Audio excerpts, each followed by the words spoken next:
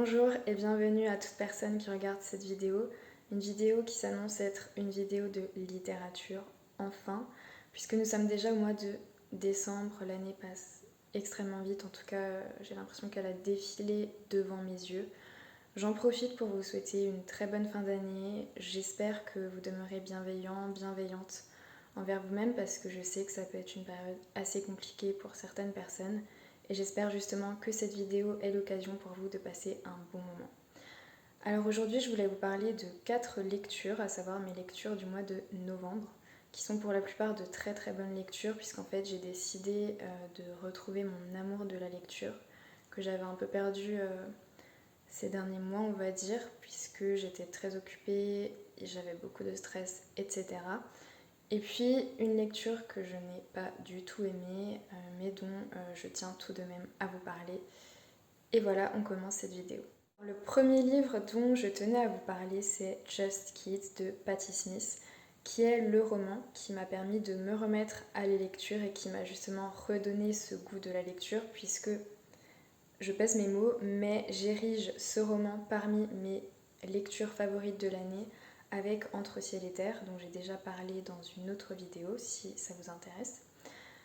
Alors il est vrai que j'avais déjà lu un autre roman de cette autrice. Je connaissais Patti Smith seulement en surface si je puis dire, et ce roman m'a permis en fait d'aller tout simplement en profondeur dans son œuvre, son histoire personnelle également, et de comprendre l'artiste en germe qu'elle était, la femme qu'elle était, et l'artiste de renommée qu'elle est aujourd'hui, et la personne qu'elle est devenue aujourd'hui. Alors en vérité, cette œuvre, elle a idéalement tout ce que je recherche lorsque je lis un roman.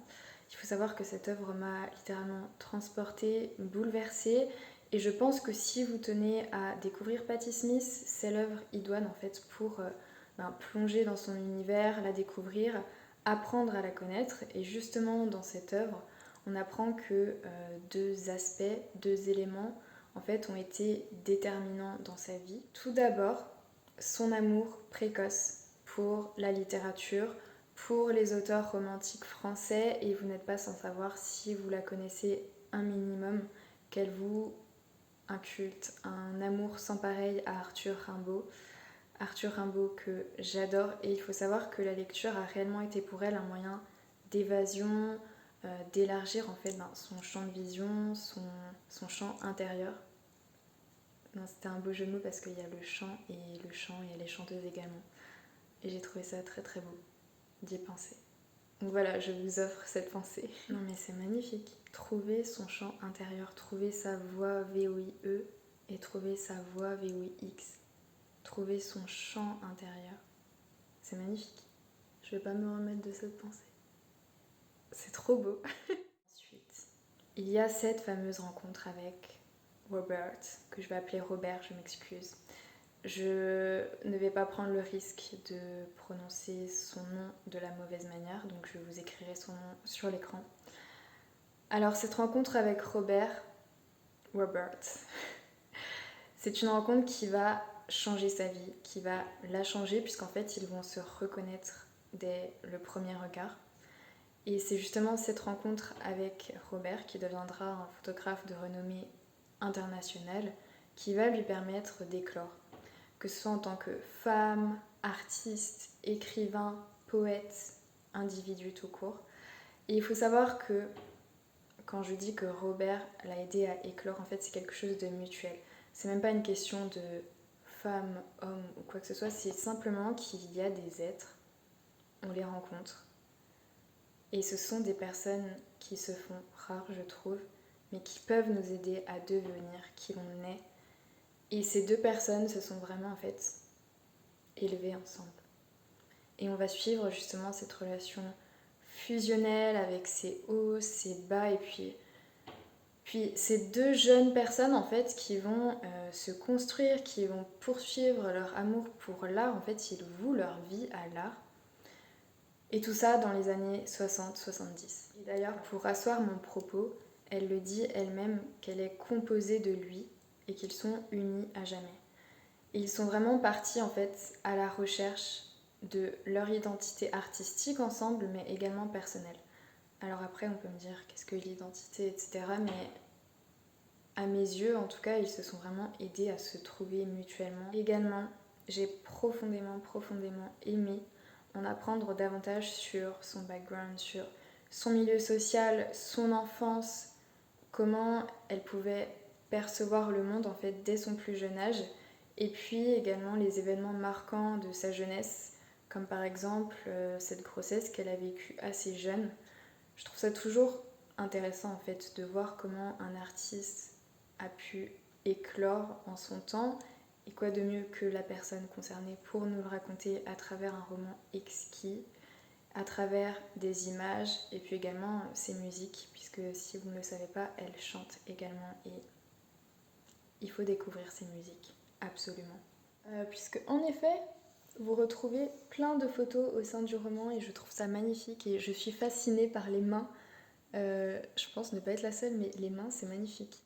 Et sincèrement, j'ai été fascinée par cette mémoire vive. Elle a cette volonté en fait de tout consigner, de, de tout écrire, de tout chanter, de tout photographier. Elle veut vraiment en fait tout garder dans les moindres détails jusqu'aux odeurs, aux couleurs, puisqu'on retrouve beaucoup le champ lexical des couleurs. Enfin vraiment c'est tous ces petits détails en fait qui construisent une vie et qui sont importants tout autant que les grandes lignes en fait. Et en fait je pense que je suis tombée amoureuse de Patti Smith. Je pense que vraiment je suis tombée amoureuse de cette personne, mais elle dégage une aura incomparable. C'est vraiment une inspiration à mes yeux et vraiment je suis tombée amoureuse de Patti Smith. Et puis elle retranscrit parfaitement cette idée de toile humaine, puisque dans cette existence on est voué à rencontrer une pléthore d'êtres humains et puis parfois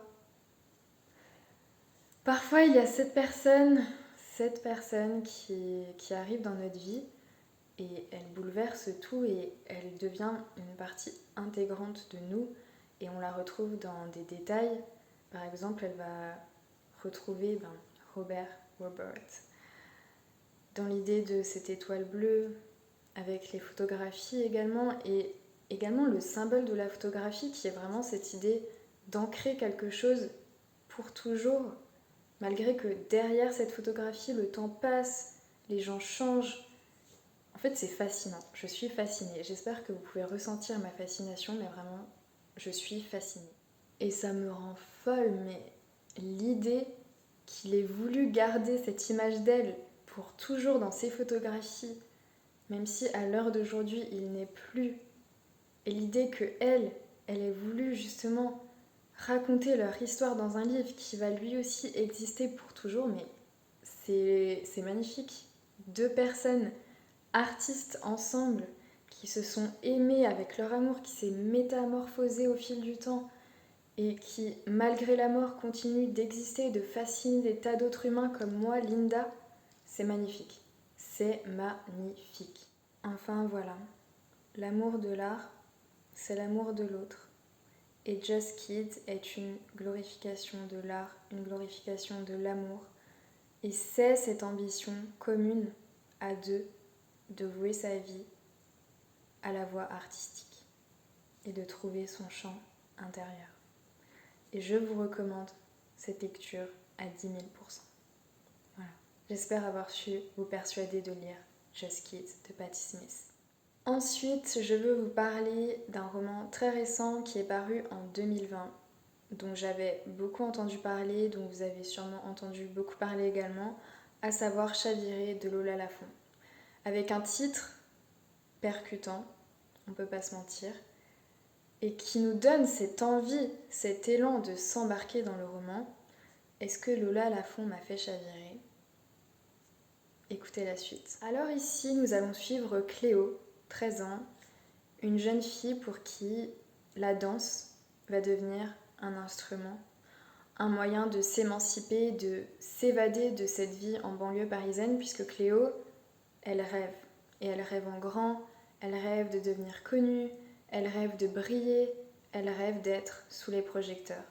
Et vous n'êtes pas sans savoir que justement, à cet âge, on peut être épris par l'insouciance, par ce monde, par cet attrait pour les paillettes et parfois à ses risques et périls. Et justement, un jour, elle va rencontrer Cathy.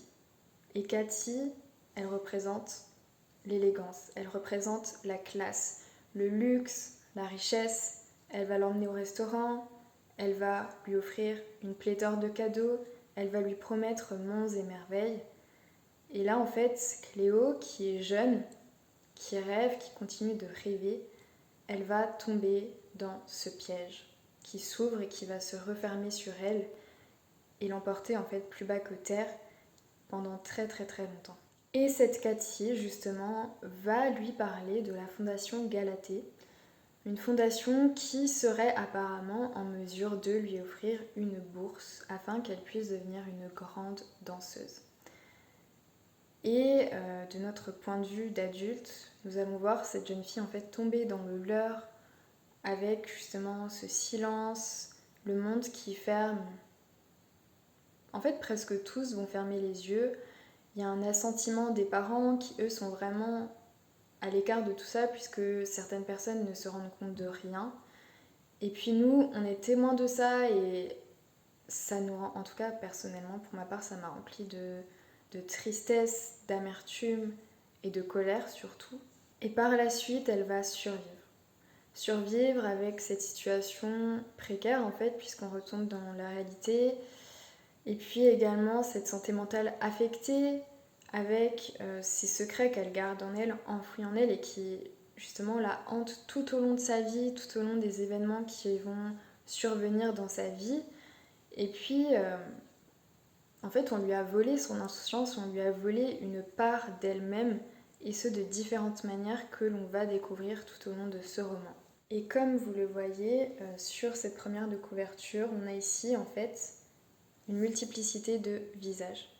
Ce qui fait bel et bien écho à la construction du récit qui, en fait, la narration aurait pu être classique avec une narration à la première personne, mais ici, l'autrice a décidé de nous offrir un tableau morcelé avec différents morceaux qui vont se regrouper au fil des personnages que l'on rencontre, au fil du temps qui passe. Et en fait, c'est comme si on avait un puzzle défait que l'on devait reconstruire nous à notre tour en écoutant justement ces divers témoignages, ces divers protagonistes, en voyant le temps qui passe. Voilà, c'est vraiment un tableau et au fil du temps, tout fait sens et on comprend de plus en plus ce qu'il s'est passé et ce qu'il se passe encore à l'heure d'aujourd'hui. Et je me pose beaucoup de questions, mais encore une fois, ça soulève beaucoup de questionnements que j'ai eu pour ma part, à savoir, est-ce que l'on peut réellement se raconter soi-même ? Est-ce que l'on est réellement la somme de toutes ces personnes que l'on rencontre ou est-ce que l'on peut vraiment se détacher de certains événements, de certaines personnes qui ont pu nous marquer? Et quand je dis marquer, c'est au sens littéral, également au sens figuré. Et je trouve que justement ce roman aborde cette question de manière plus ou moins claire et c'est toujours très intéressant. Et on se rend compte que chaque personne est vraiment bercée dans ses propres illusions. Chaque personne se raconte son histoire en fait.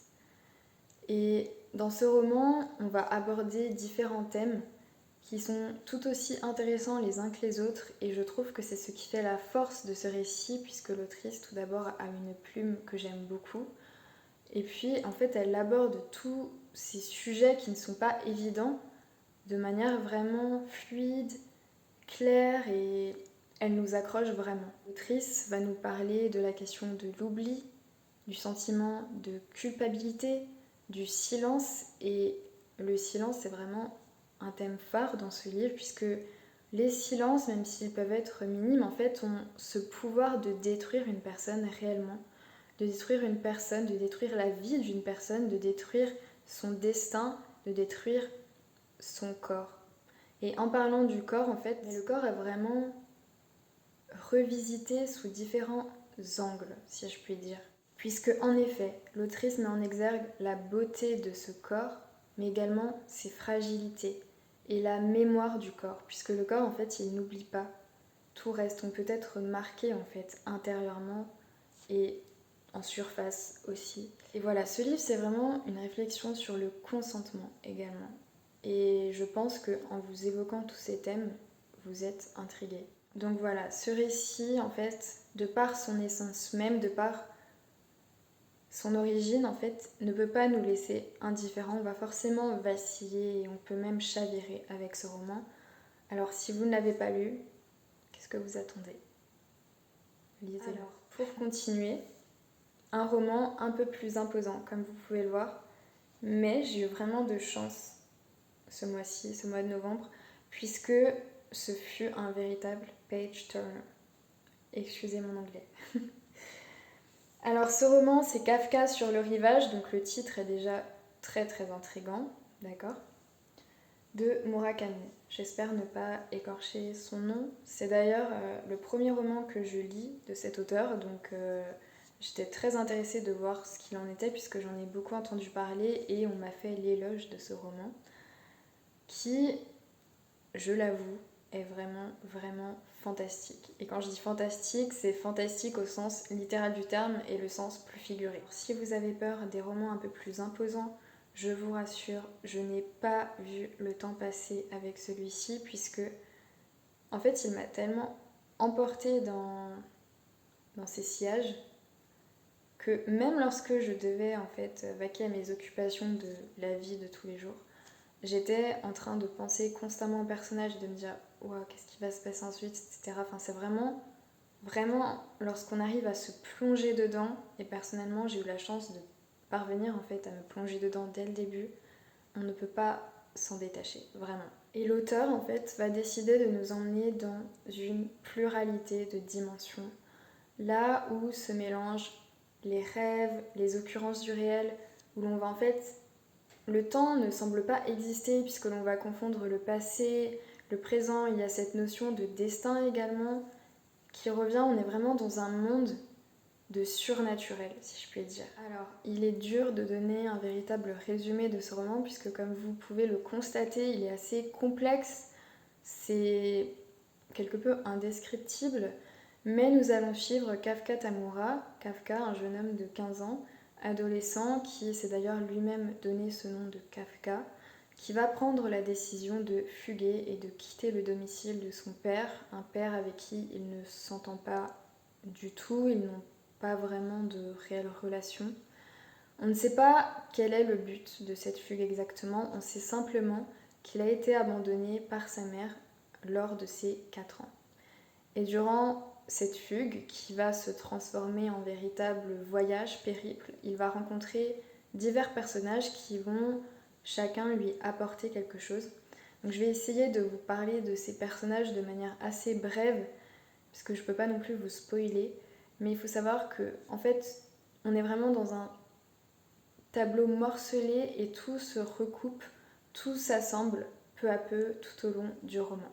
Alors tout d'abord, on a Sakura, qu'il va rencontrer dans le bus justement, qui va se révéler être une amie, une personne d'une grande générosité à son égard. Puis il y a également Oshima, qui est un bibliothécaire, qui va lui être d'une très très grande aide durant sa fugue, qui va beaucoup lui apprendre également, lui transmettre.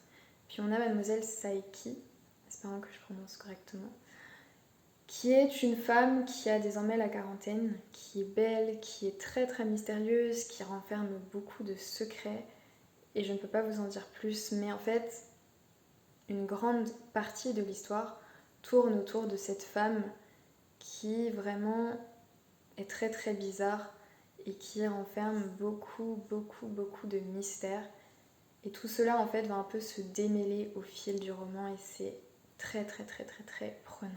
Ensuite, on a un personnage principal secondaire. Je ne sais pas si je peux dire ça, mais je vais me le permettre. Excusez-moi si ce n'est pas correct.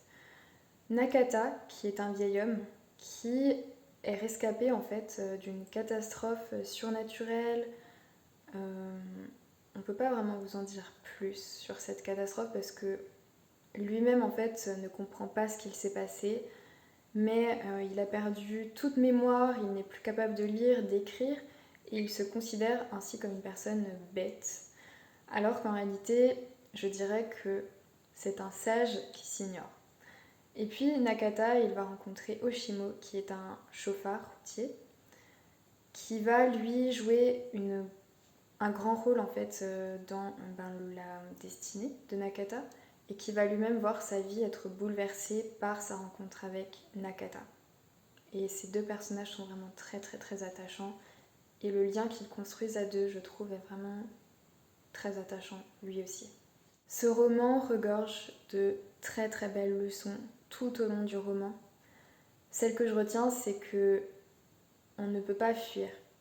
On ne peut pas continuellement fuir. Se fuir soi-même, également fuir son histoire, puisque le passé revient en permanence. On ne peut pas fuir son passé, on ne peut pas fuir les souvenirs et également la force de ces souvenirs, les émotions que ces souvenirs vont éveiller en nous. Et puis si l'on regarde vraiment ces souvenirs avec peut-être un nouveau regard, on va se rendre compte, on va prendre conscience que dans l'essence même de ces souvenirs en fait résident des leçons et réside une beauté qu'il ne faut pas en fait oublier. Et c'est beau que je puisse placer le mot souvenir et oublier dans la même phrase.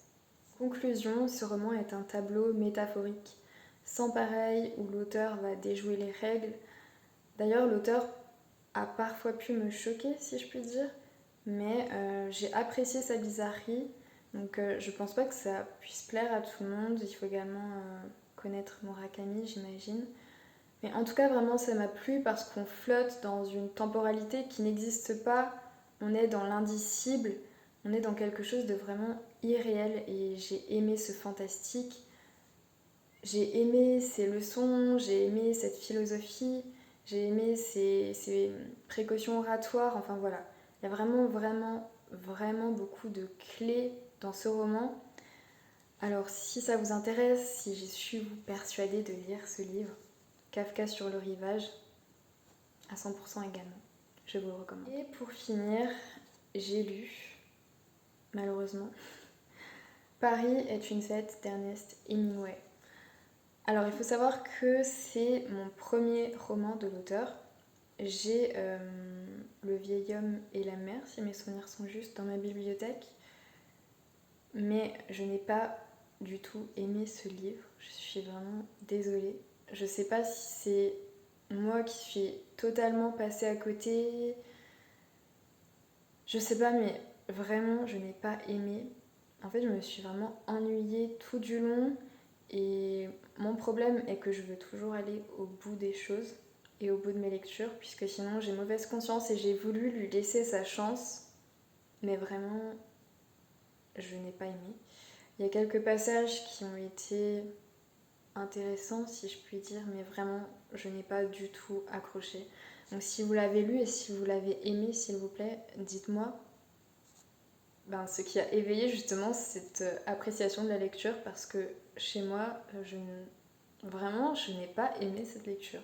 En vérité, le titre m'a interpellée, Paris est une fête, puisque je vis actuellement une fascination à l'égard de Paris, puisque j'ai recommencé à regarder les films d'Éric Rohmer, mais je dois dire que ce n'est pas la fête que j'aurais pu espérer en visitant Paris à travers les yeux d'Hemingway. Alors toutefois, je vais essayer de rester quelque peu objective. Il ne faut pas oublier que le titre initial de travail du roman était Vignette parisienne, et je pense que si c'était le titre que j'avais eu en fait face à moi, peut-être que je l'aurais abordé autrement, puisque en effet c'est vraiment ça, c'est vraiment des morceaux de temps qui sont survenus dans les années 20, et il va nous décrire à travers ces vignettes les années insouciantes, sa jeunesse, les rencontres qu'il a faites, son travail de l'écriture, les endroits qu'il a marqués de ses pas, les amis qu'il s'est fait, des amis qu'il aime peu ou prou, si je puis dire. Et je pense aussi que c'est le fait que ce soit des morceaux de temps distendu en fait, c'est ce qui a donné à ce livre un aspect un peu désincarné et un aspect un peu froid, et ce qui m'a vraiment je sais pas, en fait je n'ai pas du tout aimé et je culpabilise. Je ne doute pas du tout du talent d'Hemingway, donc je vais lui redonner une chance, mais vraiment je n'ai pas accroché.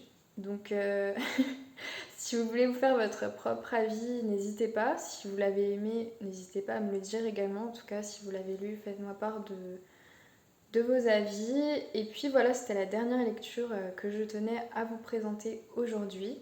J'en profite également pour vous dire que si vous tenez à suivre mes partages, mes lectures, vous pouvez tout d'abord me suivre sur Instagram, mais également sur Goodreads, puisque j'adore partager mes lectures, voir ce que vous lisez aussi. Ça me donne également des idées pour moi de mon côté. Donc n'hésitez pas à me suivre sur ces deux réseaux si cela vous intéresse. Voilà, j'espère sincèrement que vous avez apprécié cette vidéo. N'hésitez pas à me laisser votre avis, à me laisser un commentaire, voire à partager cette vidéo. Ça m'aide beaucoup et ça me fait très très plaisir. J'espère que l'on se retrouvera bientôt pour une prochaine vidéo. Je tiens à faire une vidéo sur les films que j'ai pu voir en novembre également, et également un book haul sur les livres que j'ai pu acheter hier et me procurer en librairie. Enfin voilà, je vous souhaite de très bonnes lectures, je vous souhaite de prendre soin de vous et je vous souhaite une très bonne journée ou une très bonne soirée en fonction du moment où vous visualiserez cette vidéo. Et si vous êtes venu jusqu'au bout de cette vidéo, merci beaucoup. Au revoir.